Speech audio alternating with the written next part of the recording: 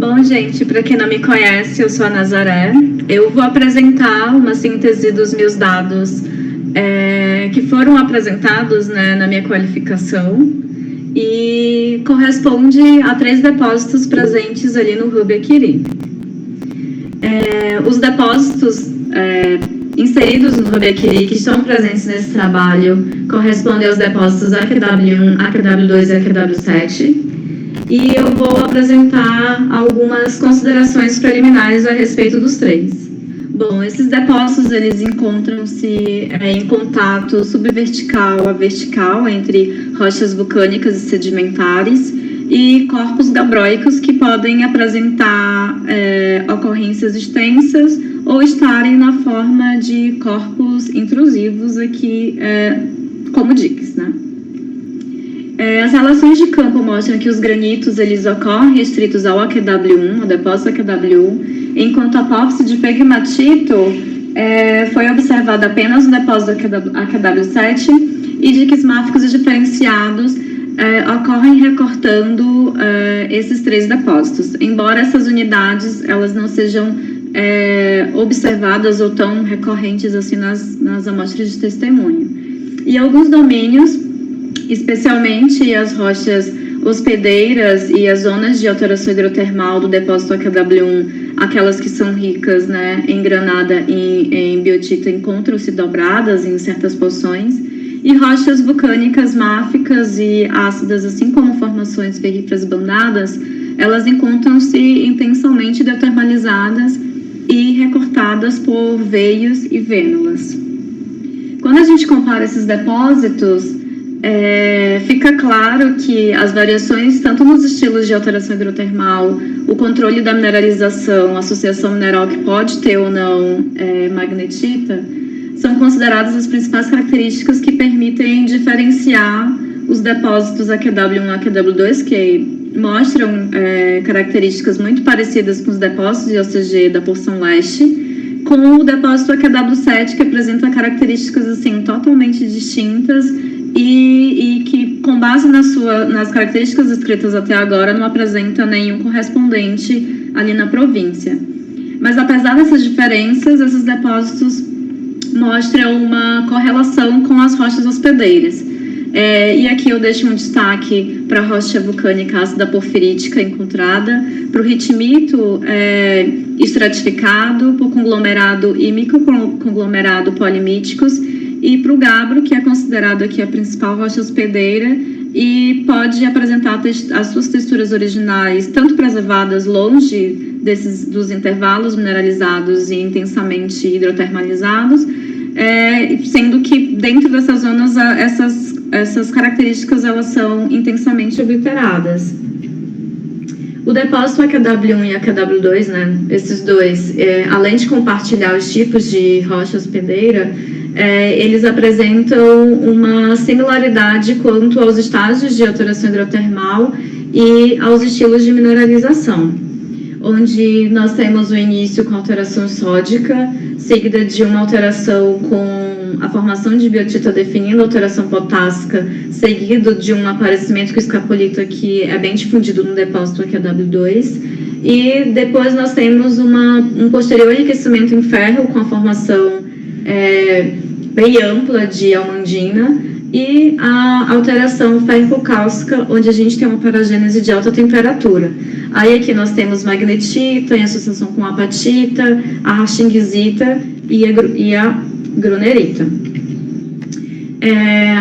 Os estágios distais, eles são marcados pela silicificação pervasiva e o aparecimento, né, a formação de hornblende definindo a alteração cálcica, enquanto que os estágios mais tardios, eles são definidos e bem marcados pelo aparecimento de epídoto, clorita e calcita, por exemplo.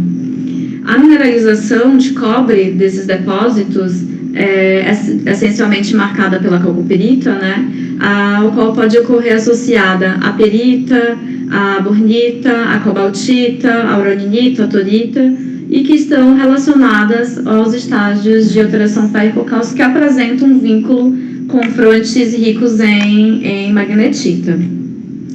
A ocorrência de escapolita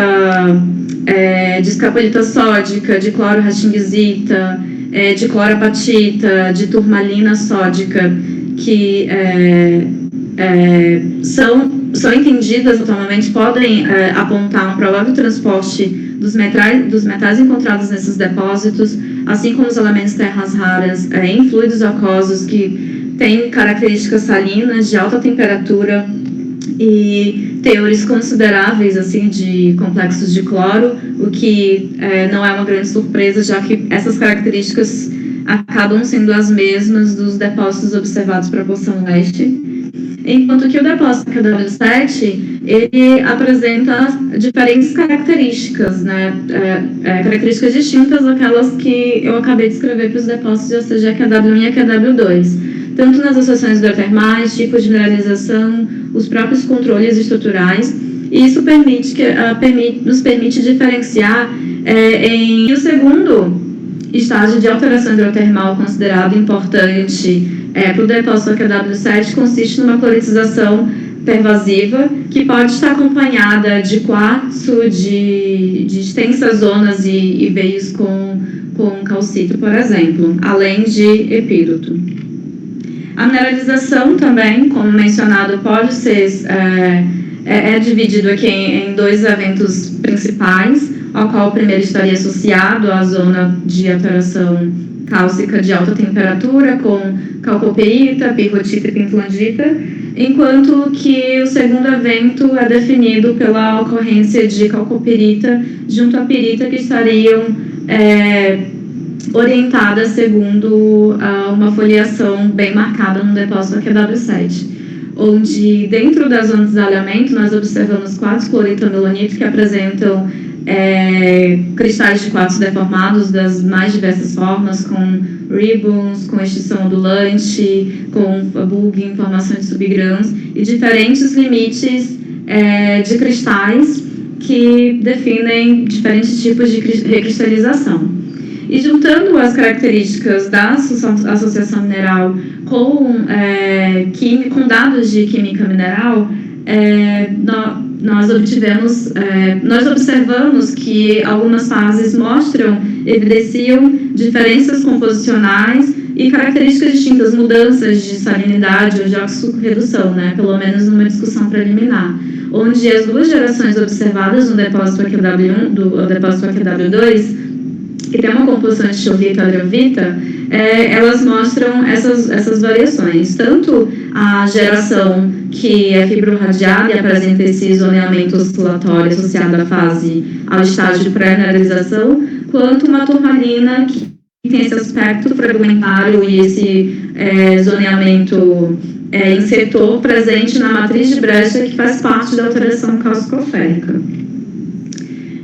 A turmalina fibrorradiada, ela mostra, por exemplo, teores muito homogêneos de sódio aqui, assim como para outras fases, enquanto a turmalina da brecha apresenta teores maiores nas porções mais nucleares, né, nas porções de centro, e vão empobrecendo relativamente para as bordas. E isso observado para diferentes elementos, como, por exemplo, para o vanádio e para o cromo, em que os núcleos apresentam e expõem menores quantidades em relação às bordas, indicando mudanças de oxidação, as quais seriam suficientemente oxidantes em direção para as bordas. Essas características, essas variações, elas também são observadas nos finos cristais de fluorapatita do depósito AQW1, que ocorre ao longo de uma foliação que apresenta a luminescência verde, esse verde amarelado, ao qual apresenta uma anomalia leve de európio e aspectos ao quais relacionam a formação dessa apatita em um ambiente em condições mais oxidadas, E essa característica pode estar relacionada tanto à formação dessa apatita, mas também pode estar relacionada a eventos de superposição, como mostram a quantificação de elementos terras raras leves e a razão de trânsito ítrio, em que essas apatitas apresentam uma tendência de uma apatita metassomática que passou ou registrou dissolução e reprecipitação, evento de dissolução e reprecipitação. E enquanto que a fluapatita do depósito AQW7, ela tem esse aspecto fragmentado, né, e não apresenta nenhum tipo de zoneamento, mostra dois conjuntos principais em relação aos elementos terras raras, especialmente os elementos terras raras pesados, em que a gente pode diferenciar esses dois grupos, e que acabam refletindo aqui nas condições redox, indo de oxidados a moderadamente oxidados, e também são refletidos aqui quando a gente relaciona essa quantidade de elementos terras raras leves, em que um grupo tem uma afinidade e mostra essas evidências de uma apatita metassomática com dissolução e reprecipitação, e o outro grupo que tem uma afinidade aqui com a apatita de origem de fusão parcial. A granada, observada a zona de enriquecimento em ferro, tanto o depósito AQW1 como o depósito AQW2, elas mostram essa característica textural, com esse zoneamento textural, definido aqui como uma composição amandina, já que apresenta o membro final rico em ferro, e isso também se reflete na caracterização dos elementos terras raras, traço, embora os elementos maiores não apresentem essa variação tão significativa. E fica claro que as porções mais centrais dessa granada apresentam elementos terras raras pesados, teores maiores para elementos terras raras pesados, diferente do que é observado para a borda, isso fica bem claro no mapa do Scândio. E tanto na petrografia, aquela diferença textural, como aqui, nós estamos entendendo, a partir dessas diferenças, que no centro nós teríamos uma primeira geração de granada com essas características, ao qual na petrografia você vê que tem inclusões de magnetita, elas encontram-se fraturadas, né, nessa fase, enquanto que a borda ela é mais límpida, não apresenta nenhum tipo de inclusão ou nenhum tipo de fratura ou registro de qualquer outra coisa, e que fica bem marcado aqui quando a gente faz uma relação com os mapas desses elementos. E a fase tardia dos depósitos de OCG, nós conseguimos obter um valor de idade que estaria abaixo de 270 graus Celsius a partir de clorita, que é rica em ferro, e que ela pode ocorrer aqui tanto substituindo cristais, tanto substituindo seletivamente cristais de granada, como aqui ocorrendo dentro de veios em associação com uma pirita muito grossa. Ao contrário do que observamos para o depósito AQW7, onde a cloritização é um evento importante, e aqui nós temos um dado de temperatura para clorita rica em magnésio, que estaria, que apresenta um valor maior, mas que ainda assim estaria inferior a 295 graus Celsius. A zona associada à alteração cálcica de alta temperatura é aquela em que a gente tem a mineralização com calcopirita, pirrutita, pentilandita associada à ocorrência de obsídio. Também tem a presença de grafita, e essa fase nos permitiu fazer uma estimativa qualitativa em que a gente faz uma comparação dos espectros Raman, e essa idade comparativa nos fornece um valor de aproximadamente 520 graus Celsius, o qual corresponderia a essa fase inicial da alteração cálcica.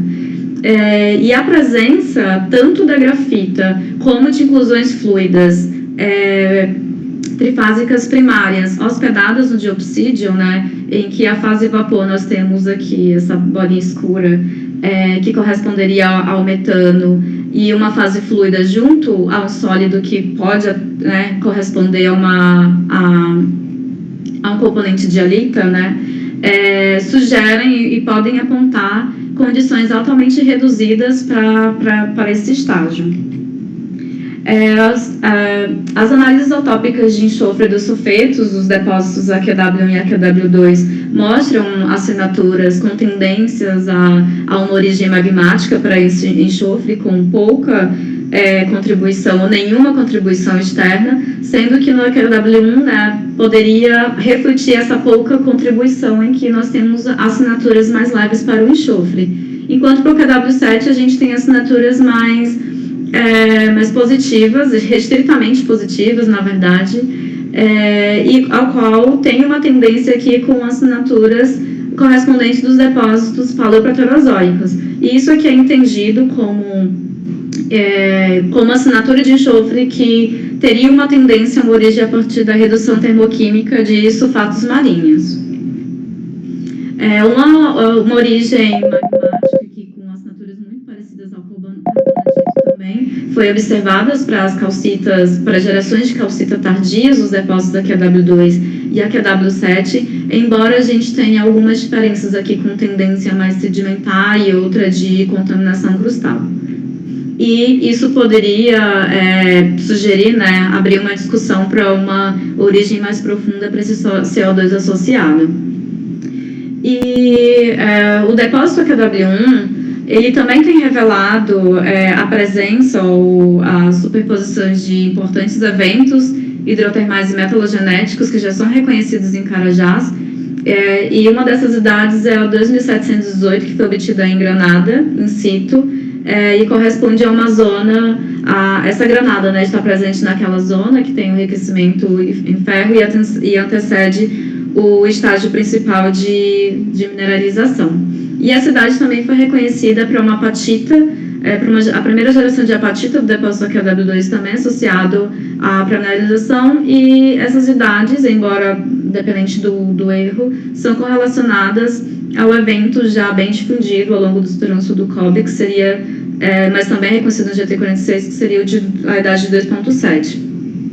E a idade de 2.5 foi obtida in situ também em apatita, aquela apatita associada à alteração férrico-cálcica, consequentemente à mineralização, a qual tem uma correlação com idades que também foram obtidas no depósito AQW2, e as duas interpretações são associadas ao evento de 2.57, que também é bem recorrente no norte do domínio Carajás.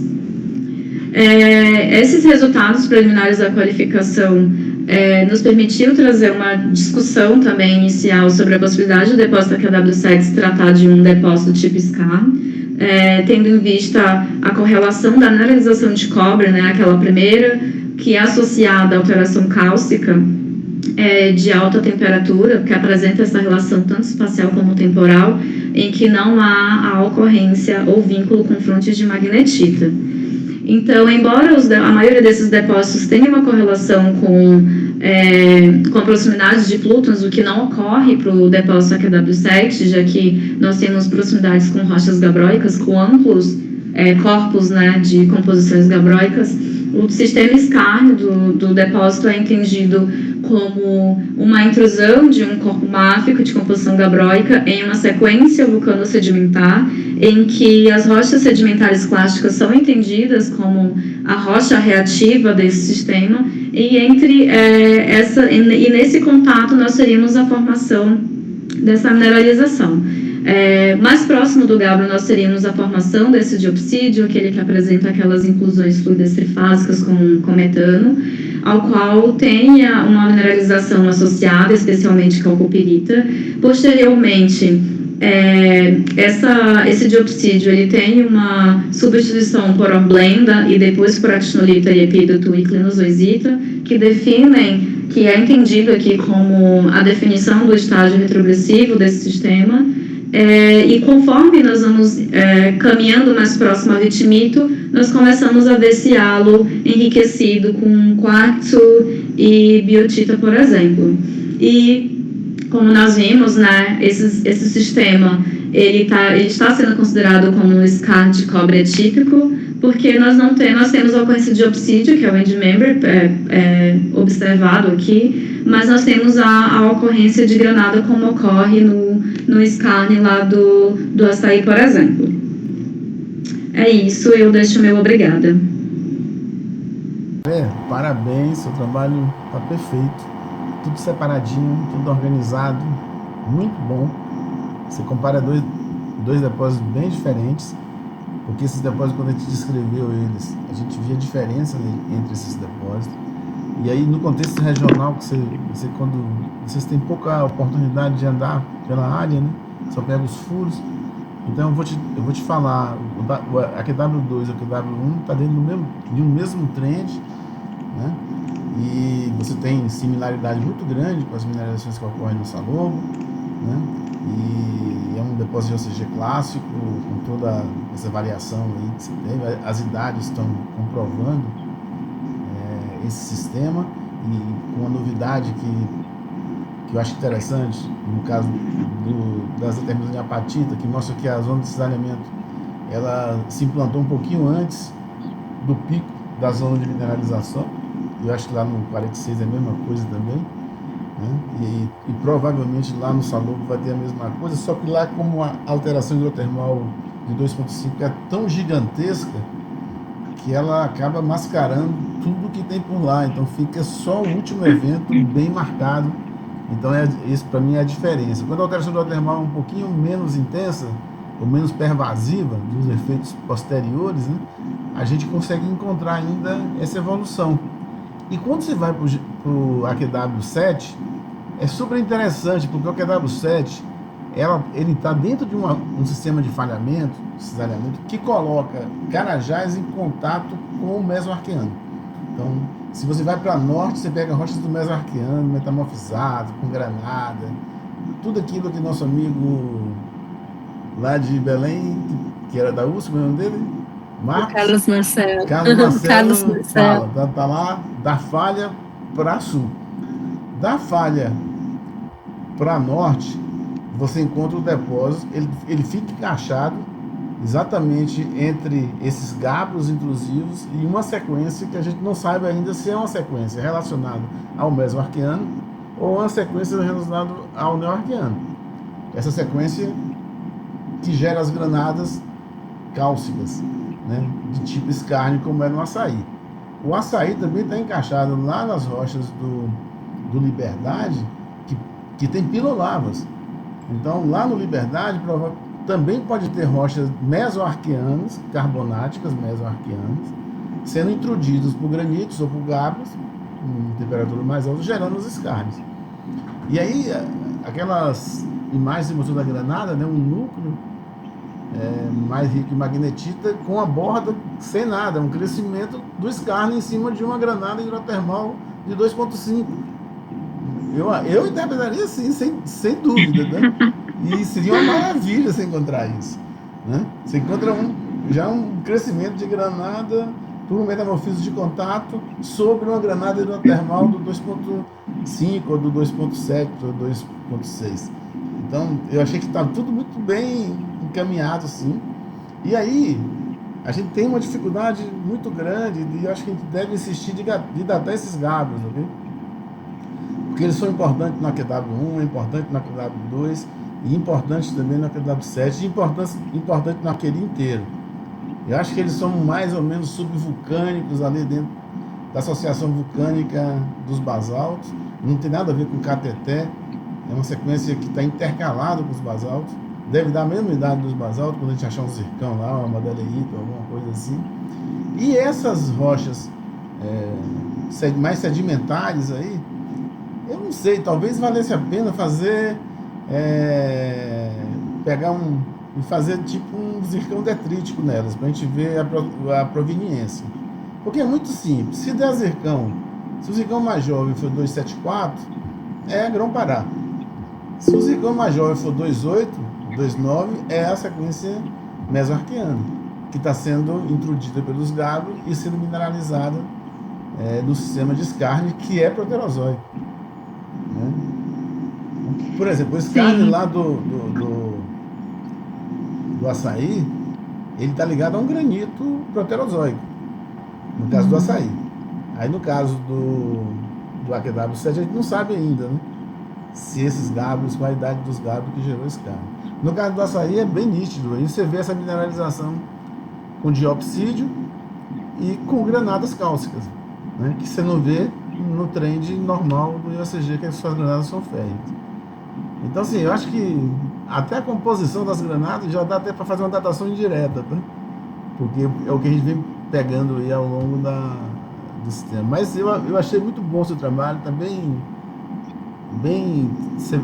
o que você está falando a gente vê no testemunho, vê na isotopia, vê lá nas apatitas e vê na geocronologia mais tradicional em cima desses minerais que a gente sempre datou lá em Carajás, que é mais consistente as idades, né?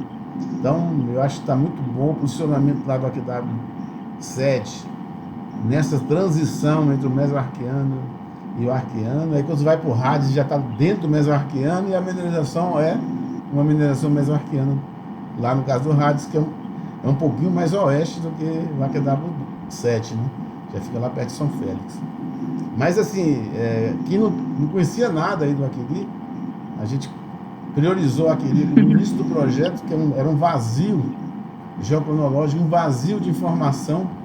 A gente já está acrescentando dados excelentes, o seu trabalho está muito bom. Obrigada. Eu ia até falar para a Lena que a gente tinha separado as rochas hospedeiras, né, para datar, já estava em preparação. Aí eu acho que segunda-feira eu consigo pegar o concentrado. Aí vamos ver, porque a gente pegou aquelas sedimentares, o gabbro, o granito. Aí vamos ver o que tem, assim, né? E aí não deixe de fazer o Tensiorraf. Vai ser ótimo. Porque a gente faz a evolução também petrológica. Isso tudo é importante no entendimento do todo, né? Vai ser muito bom. E espero que você ache um zircão aí nesses gabbros, para ver se a gente consegue datá-los. Carol, na Unicamp vocês estão fazendo no Tensiorraf, no zircão? Não, infelizmente ainda não. Mas o neoma deve chegar algum dia, se der. Mas vocês às vezes, Nazaré, no gabbro você acha badeleíta. Diz que tem um cara nos Estados Unidos que é um ás em achar badeleíta.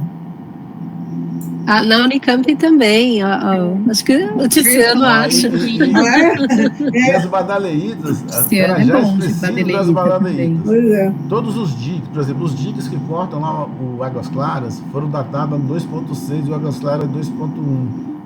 Tá errado, porque pegou um zircão detrítico, é um zircão herdado. Então a gente precisa das badaleitas para datar as máficas de Carajás com precisão.